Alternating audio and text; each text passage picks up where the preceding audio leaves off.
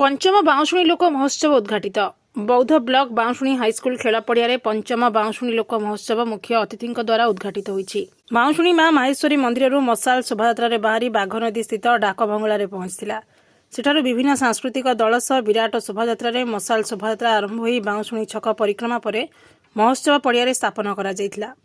बाउंशुणी cultural society आनुकूल्य अनुष्ठित महोत्सवर प्रथम संध्यारे सभापति उमाशंकर पाढ़ी सभापतित्व में अनुष्ठित सभारे मुख्य अतिथि भाव में कंटामाल विधायक कन्हाईचरण डांग जोगदे महोत्सव को उद्घाटन करते।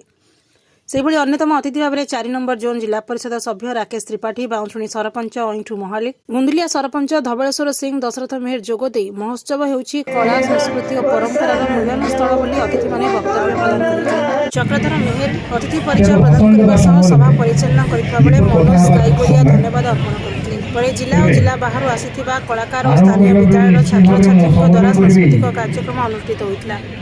এই মঞ্চর বাউंशुणी कल्चरल सोसाइटी सभापति